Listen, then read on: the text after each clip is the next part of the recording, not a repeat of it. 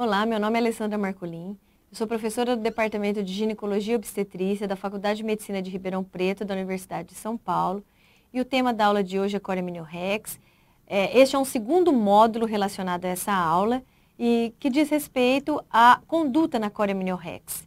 Eu espero que vocês tenham assistido ao primeiro módulo, porque agora nós instituiremos a melhor forma de segmento dessas pacientes com esse diagnóstico. Eu espero que vocês, ao término desse módulo, sejam capazes de definir a abordagem inicial da Coreminilrex, que saibam escolher a melhor conduta na Coreminilrex, se ela deve ser a conservadora, expectante ou ativa. Vocês devem ser capazes de fazer o controle de infecções na conduta expectante da Coreminilrex, selecionar a paciente que preenche os critérios para a conduta expectante domiciliar e deverão ser capazes de definir o melhor momento e o tipo de parto para a resolução da gestação nessas mulheres. Após a Coreminilrex, a paciente deverá ser internada. Vocês devem evitar a realização de toques desnecessários, pois isso aumentará o risco de infecção. A temperatura da paciente tem que ser rigorosamente aferida e a via tem que ser oral, lembrando que a temperatura axilar em mulheres gestantes e puérperas sempre será mais elevada por causa do aumento de temperatura nas mamas. Essas pacientes deverão ser submetidas ao rastreio de processo infeccioso, pois muitas vezes é o processo infeccioso que leva à ruptura de membranas. Então vocês deverão solicitar um hemograma completo, urina tipo 1 e urocultura. Também é uma oportunidade para atualizar exames que porventura sejam antigos ou estejam faltando, como por exemplo sorologias e outros exames de pré-natal. E também devem colher um suave vaginal e endoanal para a pesquisa do estreptococo do grupo B. É extremamente importante que façamos o rastreio desse micro-organismo no trato genital feminino, porque ele será importante na etiologia da sepse neonatal precoce. Além disso, a paciente deverá ser submetida a ultrassonografia obstétrica, que pode ter fins diagnósticos, como visto no módulo anterior, mas que também tem um fim para se avaliar a vitalidade fetal dessa criança e assim tomar uma conduta com maior segurança. Esse slide mostra as instruções para se fazer a coleta do suave vaginal e endoanal para a pesquisa do estreptococo do grupo B. Vejam aqui, inicialmente vocês farão uma coleta do material vaginal, fazendo movimentos giratórios no terço inferior da vagina, por toda a circunferência vaginal. Na sequência, esse mesmo suave é introduzido no ânus da paciente por cerca de 4 centímetros, até vencer a resistência do esfíncter anal e mais uma vez se realiza um movimento giratório em toda a parede, em toda a circunferência anal. Depois esse suave é colocado em um tubo que só é aberto após a coleta do material e na sequência esse tubo é fechado com o próprio suave. Então esse slide é mais para relembrarmos como é realizada essa coleta. Bom, condutas que serão adotadas após o diagnóstico da Coreminilrex prematura. São condutas sempre baseadas na idade gestacional em que essa Coreminilrex ocorreu, se existem sinais de infecção amniótica na admissão da paciente, se a vitalidade fetal está preservada ou não, se existe atividade uterina ou não. Bom, é importante que tenhamos em mente a importância da idade gestacional para a adoção das condutas na Coreminilrex. A conduta conservadora prevê a inibição do trabalho de parto e o uso de antibiótico para prevenir a infecção tanto materna quanto fetal. É uma conduta pouco utilizada pelos autores e pelas grandes instituições, porque ela é motivo de muita discussão. Não se sabe se a Coreminilrex ocorreu ou não por um processo infeccioso. Nem sempre o diagnóstico da coreminionite é fácil de ser realizado. Portanto, para se realizar uma conduta conservadora, é imprescindível que tenhamos certeza de não haver o processo infeccioso e nem sempre essa certeza existe. A conduta expectante é aquela conduta em que observaremos a paciente após a Coreminilrex e a gestação só é resolvida a depender da idade gestacional ou da ocorrência de complicações. E na conduta ativa, faremos a resolução da gestação imediatamente após o diagnóstico da Coreminilrex prematura. Vejamos, com relação à idade gestacional, se a Coreminilrex prematura ocorreu em gestações com 36 semanas ou mais, a conduta a ser utilizada é a conduta ativa, de resolução da gestação. Caso as contrações uterinas estejam ausentes, nós faremos indução do trabalho de parto. Se o colo uterino dessa paciente for desfavorável à indução, ou seja, o índice de Bishop for menor que 6, utilizaremos misoprostol, 25 microgramas de 4 em 4 horas via vaginal. E pararemos de usar o misoprostol quando o Bishop se tornar maior que 6 ou quando a paciente iniciar o trabalho de parto com atividade rítmica frequente e regular. Caso o colo dessa paciente seja favorável, ou seja, o índice de Bishop for maior que 6, a indução do trabalho de parto ocorrerá com ocitocina endovenosa. Lembrando que colocamos uma ampola, 5 unidades em 500 ml de soro glicosado ou soro fisiológico e começamos a infusão com 8 gotas por minuto. Caso a paciente tenha uma indicação de cesárea por outro motivo qualquer, ela será submetida ao parto cesárea assim que tiver o diagnóstico da coreamniorrex. Do contrário, essa paciente será submetida à indução do trabalho de parto, como já dito a vocês. Mais uma vez, paciente com 36 semanas ou mais de idade gestacional. Reforçando que nesses casos a conduta é ativa de resolução da gestação, se contrações estiverem presentes e forem contrações boas, eficazes, que levam à dilatação do colo uterino, vamos apenas observar, deixar o trabalho de parto em evolução espontânea. Caso exista contrações, mas essas contrações sejam ineficazes em promover a dilatação do colo uterino, então nós vamos estimular o trabalho de parto, mais uma vez com o que já foi dito anteriormente, com ocitocina endovenosa. Então, resumindo, gestações com 36 semanas ou mais, a conduta é ativa de resolução da gestação. Se existem contrações, e as contrações são boas, vamos deixar o trabalho de parto em evolução espontânea. Se as contrações forem ineficazes para promover dilatação, vamos estimular o trabalho de parto com ocitocina. No caso das pacientes que não apresentam contrações e têm alguma indicação de cesárea, por alguma outra indicação obstétrica, elas submetidas à cesárea logo após o diagnóstico da coreamniorrex. Se para elas for permitida a via vaginal, essas pacientes deverão ser submetidas à indução do trabalho de parto, com misoprostol ou ocitocina, a depender das condições do colo. Agora, quando a coreamniorrex prematura ocorreu em gestação com menos de 22 semanas, vejam, o prognóstico materno e perinatal é extremamente comprometido quando a coreamniorrex se dá nessa idade gestacional. O líquido amniótico ele é extremamente importante para o desenvolvimento do pulmão do feto, até mais ou menos 26 semanas de idade gestacional. Então, é uma criança com grande risco de ter hipoplasia pulmonar no parto. E ainda, é uma paciente que será submetida à conduta expectante por muitas semanas até se atingir a viabilidade fetal.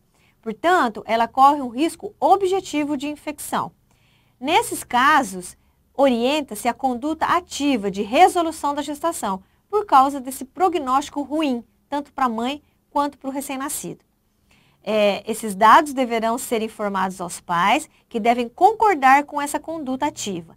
Caso eles não concordem com essa conduta, eles queiram manter a gestação, mesmo depois de esclarecidos sobre os riscos dessa conduta, eles assinarão um termo de responsabilidade pela escolha e nós adotaremos a conduta expectante. Mas vejam, a gestação poderá ser resolvida a qualquer momento, caso essa paciente apresente sinais de infecção ou tenha atividade uterina, tenha contrações. Nessas situações, a gestação será resolvida mesmo se os pais forem contrários a esse tipo de conduta. Agora, se a coreamniorrex prematura ocorrer entre 22 e 36 semanas, a conduta adotada será conduta ativa, ou seja, de resolução da gestação, se a paciente apresentar contrações ou tiver sinais de infecção ou haver comprometimento da vitalidade fetal. Então, um ou mais desses achados nos conduzirão à adoção da conduta ativa. Do contrário, a conduta de escolha é expectante.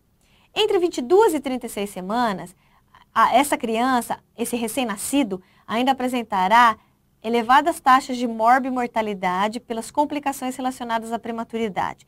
Então, a conduta de escolha aqui é esperar por mais um tempo, com um controle rigoroso dos sinais de infecção, de atividade uterina e de vitalidade fetal, até uma idade em que as complicações relacionadas à prematuridade se tornam muito pequenas ou ausentes.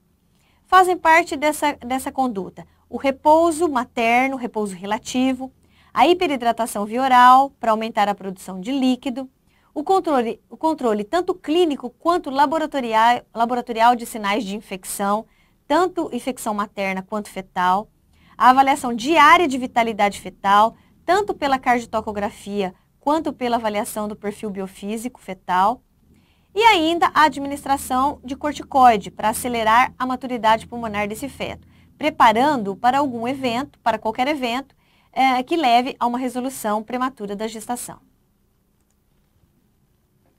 Para se fazer o controle de infecção, essa paciente deverá ser submetida a um exame físico rigoroso diariamente, na busca de sinais de infecção. Ela terá sua temperatura aferida de maneira rigorosa também pela via oral. Colheremos um hemograma completo a cada 2 dias. O SWAB vaginal e endoanal para pesquisa do Streptococcus do grupo B, ele deverá ser semanal quando ele for negativo. Reforçando, a cardiotocografia deverá ser diária, assim como a realização do perfil biofísico, para avaliação de movimentos respiratórios desse feto e de volume do líquido amniótico. Na ausência de outros focos infecciosos, será considerada infecção intrauterina a situação onde a paciente apresentar febre, temperatura oral maior ou igual a 37,8 graus, se ela apresentar taquicardia com uma frequência maior que 100, se houver taquicardia fetal com uma frequência maior que 160 batimentos por minuto, se houver sensibilidade à palpação uterina, muita dor à palpação desse órgão, ou contrações uterinas também podem significar presença de infecção, se ela apresentar secreção genital fétida ou purulenta, turva, se tiver um hemograma com leucocitose acima de 15.000 leucócitos por milímetros cúbicos, com desvio à esquerda, e se houver ausência de movimentos respiratórios na avaliação ecográfica desse feto.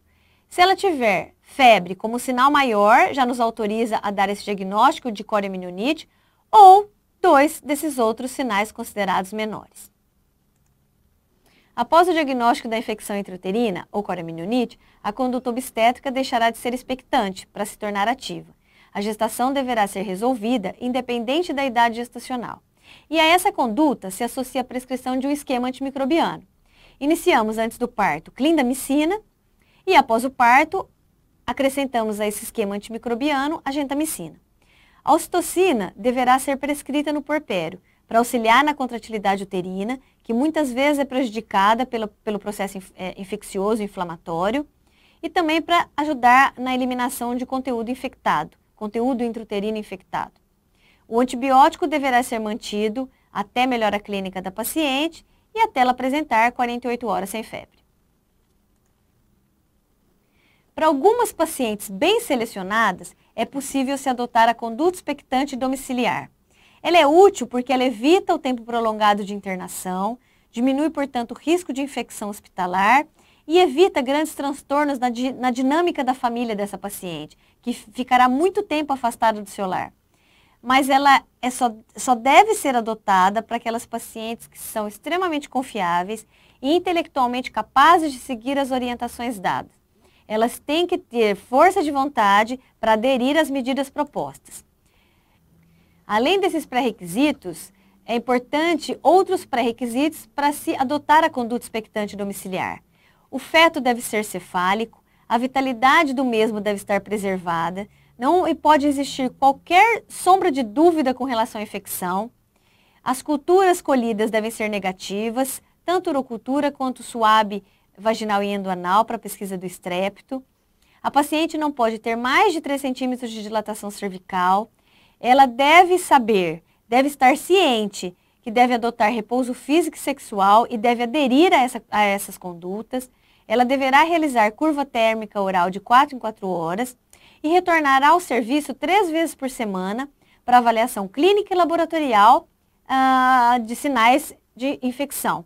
Além disso, ela deverá ser submetida a um ultrassom semanal. Portanto, para que ela retorne para essas avaliações, ela precisa ter uma facilidade de transporte e de acesso ao ambiente hospitalar. Vejam, não é para qualquer paciente que deve ser adotada a conduta expectante domiciliar, apenas para casos selecionados de pacientes que conseguem a realizar as condutas orientadas, que têm força de vontade para isso e que queiram que tudo dê certo. Do contrário, ela permanecerá internada até a resolução de sua gestação. E a melhor via de parto na coreminilrex é a obstétrica, é aquela onde temos menor morbidade, tanto materna quanto fetal, dando preferência à via vaginal.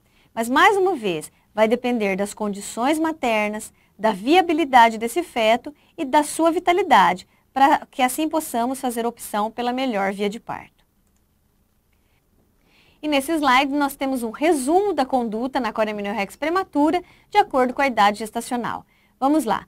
A coreminilrex que ocorreu em gestações com menos de 22 semanas. Nesse caso, recomenda-se a interrupção da gestação, por causa do prognóstico tanto materno quanto perinatal reservado. É claro que essa interrupção só ocorrerá após o aval dos pais. Em gestações com 36 semanas ou mais, a conduta é ativa também, de resolução da gestação. Na presença de contrações eficientes, observar a evolução espontânea do trabalho de parto. Diante de contrações deficientes, deveremos estimular o trabalho de parto. Diante de contrações ausentes, deveremos induzir o trabalho de parto. No caso de colos favoráveis, com ocitocina também. No caso de colos desfavoráveis, com misoprostol vaginal.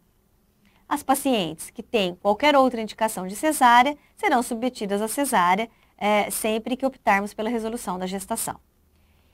E, finalmente, aquela coreminilrex que ocorre em gestações entre 22 e 36 semanas. Nesse caso, a conduta inicial é expectante.